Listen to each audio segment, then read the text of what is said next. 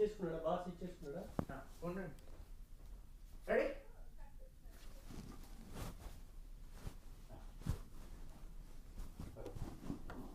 Okay madam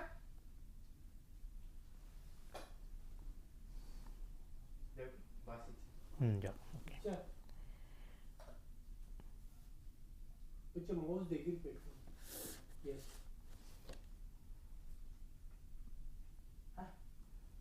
Yeah, dear viewers.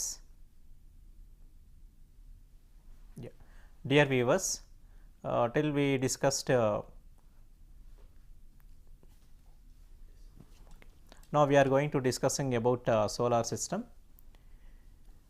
In a solar system, yeah, the system it is gravitationally bound with the comprising of sun and objects which are orbited either directly or indirectly.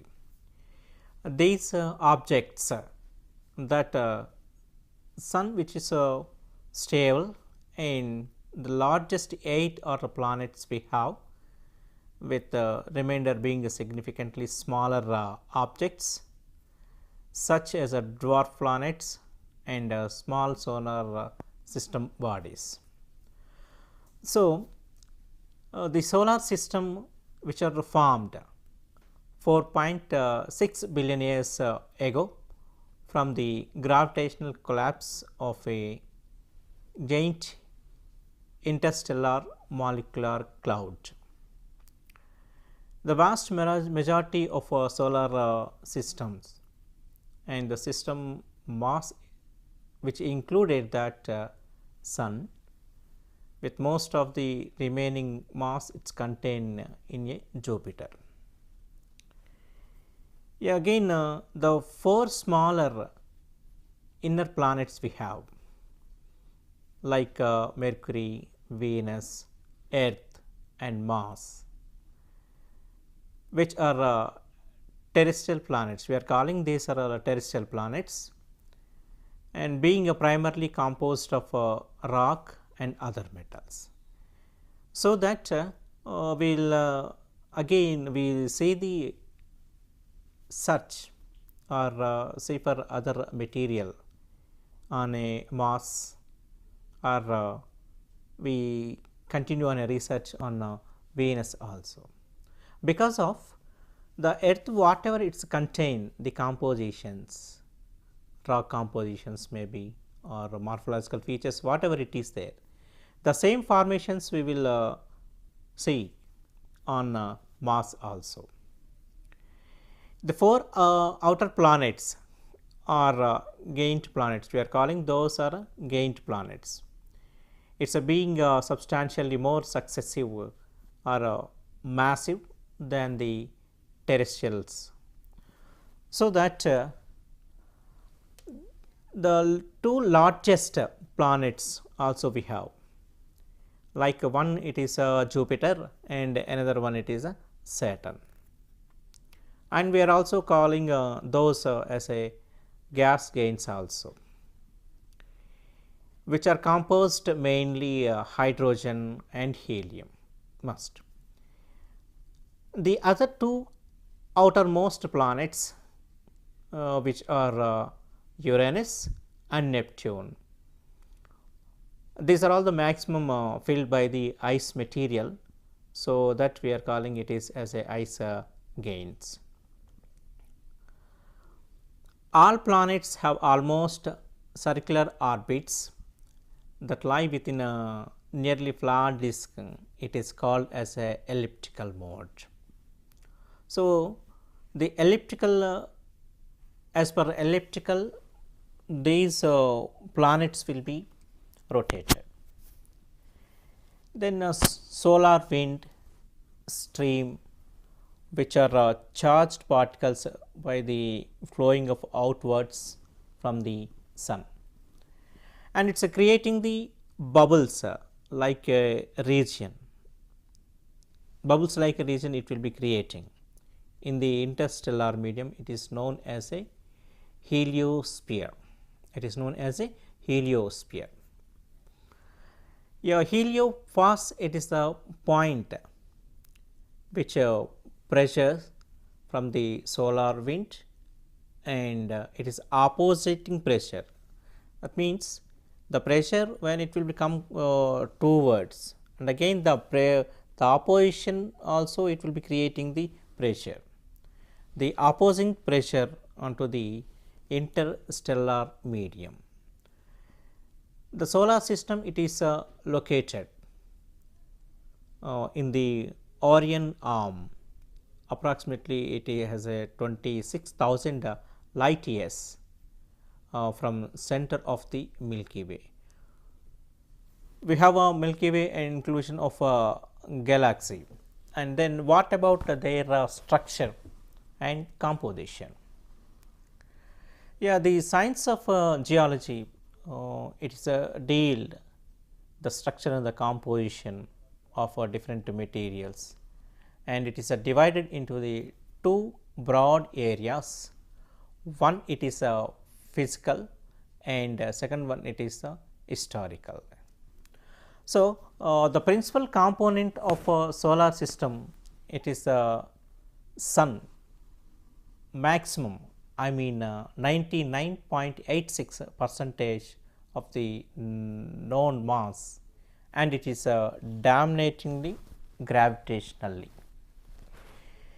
The sun four largest orbiting bodies, the gained planets account for 99 percentage of remaining mass, with Jupiter and Saturn together comprising more than 90%. That means here the sun, it is a largest orbiting body, we know that, and it is almost 99 percentage of gases it will be there, and with a Jupiter and Saturn also. Here Jupiter and Saturn both it contain almost 90% maximum. Yeah, most of the large orbits, which are objects, it is around the sun or nearer to the plane of Earth's orbit. It is known as a elliptic. Yeah, previously ecliptic, that what we have seen, and similarly here also the Earth object, it is known as a ecliptic. The planets are very close to the ecliptic moment, it is very close to the ecliptic, whereas comets and Kuiper belts objects are frequently significantly which are greater angles, which are having the greater angles, according to that they will be moving. Almost all the planets in a solar system which have a secondary system of their own, it is being orbited by the planetary objects. We are calling those are all natural satellites. Yes, the most of the planets, almost all the planets in a solar system which have a secondary system, and they are being orbited by the planetary object. So, naturally they are moving and naturally they are absorbing, so that we are calling those are all natural satellite. The example for moon, and two of which one it is Titan and second one it is Ganymede. Those are the larger than the planet of Mercury. In the case of the four gained planets by planetary rings, thin bands which have, and small particles, the tiny particles which are orbits in a unison level. Yeah, as per Kepler laws, Kepler he was a famous scientist, and he described the movement of different objects, either maybe it is a eclipse or ellipse, that we see. Kepler laws, each objects which travel along the an ellipse with the sun at one focus. Yes, based on this, the objects may be which are closer to the sun, suppose with a smaller semi major axis, as per axis, according to this axis the planets will be moving. Then which are travel more quickly, because they are more and more affected by the sun gravity, that is playing. So, due to this sun gravity, these objects or planets whatever it is moving according to the major or semi major axis. Next one, in a elliptical orbit, a body, it is a distance from the sun and which varies over the course of its year. A body, it is a closest approach to the sun, we know that it is calling as a perihelion, it is called as a perihelion, whereas it is a most distance point from the sun, it is known as, or it is called as aphelion, it is called as a aphelion. So, here there are two terms, we have two terms, listen carefully, two terms. What it is that? The first one, it is perihelion. In a perihelion, what is happening? The objects whatever it is very close approaching to the sun, that is called, the word it is called as a perihelion. In a second case, the second term or second word, it is speaking about that it is maintaining the distance, the most distance point from the sun, it is called as a aphelion. These two words are important to us. Yeah, almost, although the sun it is dominates the system by a mass, it accounts for only roughly 2% or 3 about the angular momentum it is maintaining.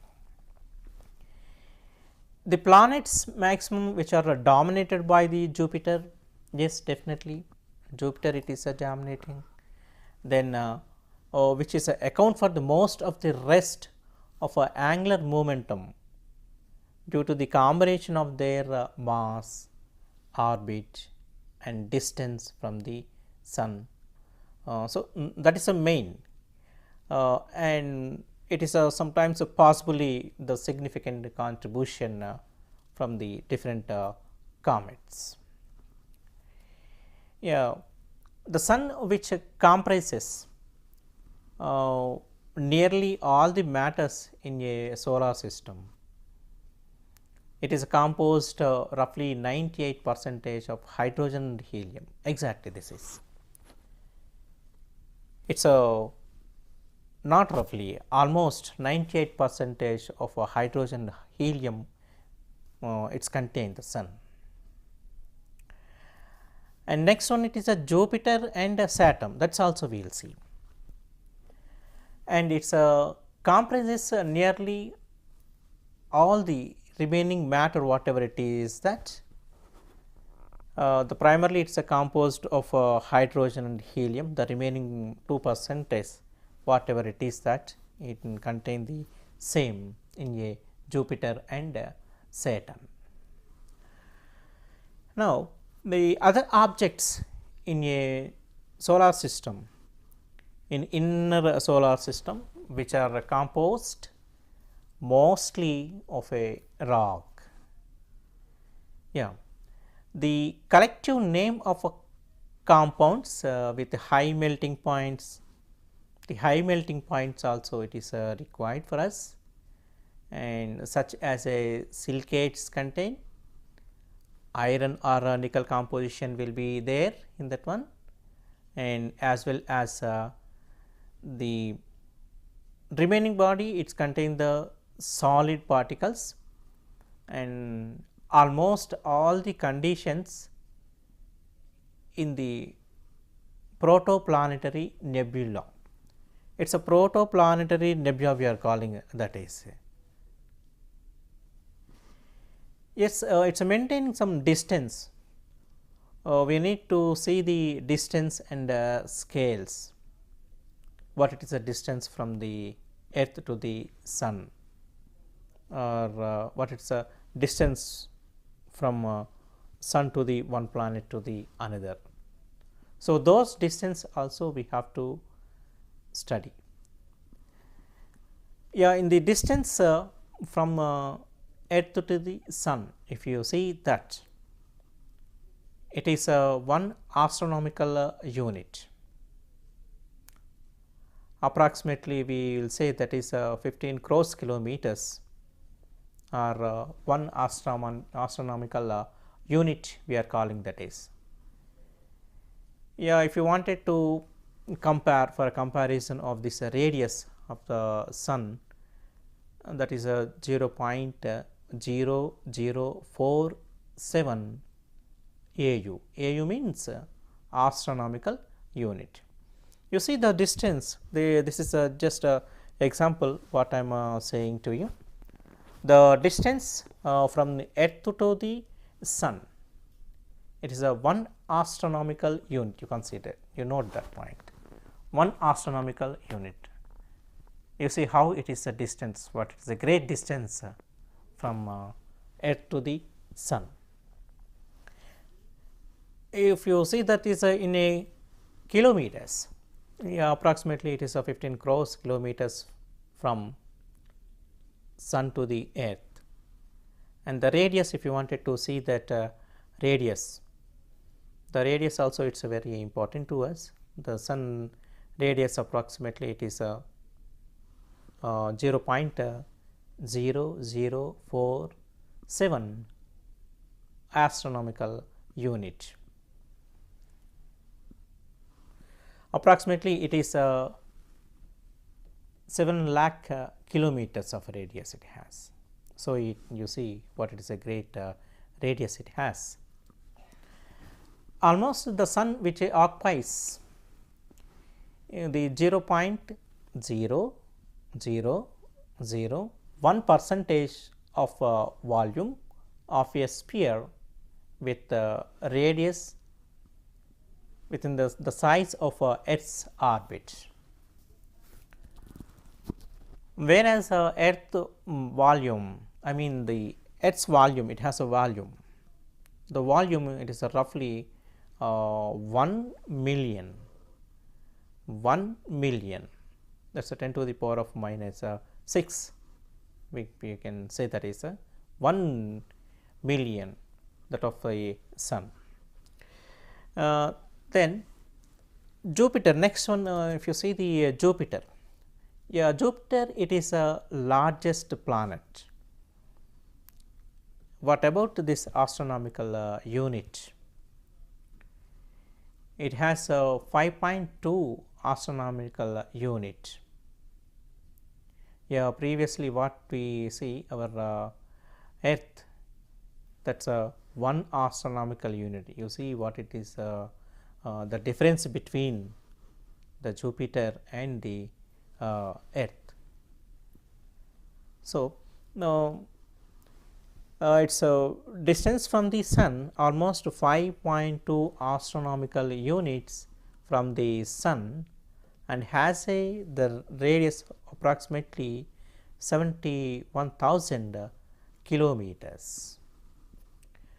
Whereas the most distant planet, the Neptune, it is 30 astronomical unit from the sun. The distance you see how it was from Neptune to and sun. Yeah, the further a planet or a belt, it is from the sun. the largest distance it is maintaining, the largest distance between in orbit and next nearer to the object of sun also. Yeah, come into the sun. We know that sun it is playing the very important role in a solar system. The sun is the solar system stars by far. It's a most massive massive component it is. It has a large mass, 3,32,900 earth masses, and which produces the temperatures and densities in its core. It is high and enough to sustain the nuclear fission of hydrogen into the helium, and it is making the main sequence star. The composition, we know that the sun composition has hydrogen and helium. Yeah, the sun, it is a G2 type of main sequence of a star. Mainly it has a hotter, and main sequence of stars are more and more luminous. The sun's temperature, maybe it is intermediate between that hottest star and that of the coal star or coolest stars. So, it is producing, and it is giving you huge amount of temperature, and it is releasing onto the surface. The sun, it is a population star. It has a higher abundance elements, and sometimes it heavier than hydrogen and helium, and some metals also will be there. Some elements behavior also we will see. The element behavior than that hydrogen and helium, which were formed in the course of ancient and exploding stars. So, the first generation of stars had to die before the universe. Universe could be enriched with these atoms. It is full of atoms. The other planets, yes, there are 4 terrestrial planets or inner planets we have, and it has a dense, they have a dense and rocky compositions. Few or no moons and no ring systems. There are 3 inner planets we have. Those are Venus, Earth and Mars. These planets have an atmosphere substantially enough to generate weather. Yes, definitely, which are producing the good weather, and which are all have impact craters and tectonic subsurface features also, which are having, and as well as which are having the rift values and volcanoes also. The next one, inner planet, the next term or the next word, inner planets. Inner planets should not be confused with inferior planet, with designates those planets that are closer to the sun and to the earth. Very close to the sun than earth. Those are Mercury and Venus.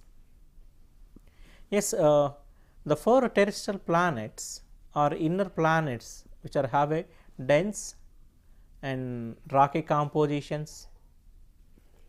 Are there no moons and no ring systems in a terrestrial planets of or inner planets? And we compare with that one. Here these are all different. The inner planets are different. Mercury and Venus we see. Yeah, Mercury, it is closest to the sun, or it is a closest planet to the sun and smallest planet in a solar system. Smallest planet in a solar system, and the distance it is also required to us. What it is maybe distance? The distance, it has a 0.4 astronomical unit from the sun. Again 0.055 earth masses it has. Is there any satellites? No, it does not have any natural satellite. So, that Mercury does not have any natural satellites. Coming to the Venus. Venus, it is also close in a size to the Earth. The distance also we need to know from the sun. It is a 0.7 astronomical unit from the sun. It has a thick silicate mantle like Earth, and it is a composition of iron, and the silica mantle, it is surrounding by the iron core material or iron core, and it has substantial atmosphere and evidence of internal geological activity. Based on that we can say. And third planet, it is an important planet, we know that we are living on that, that is called Earth. The distance, what is maybe a distance from the sun? It is a 1 astronomical unit. I told you that is 1 astronomical unit from the sun, and it is the largest and densest in a inner planets. That is,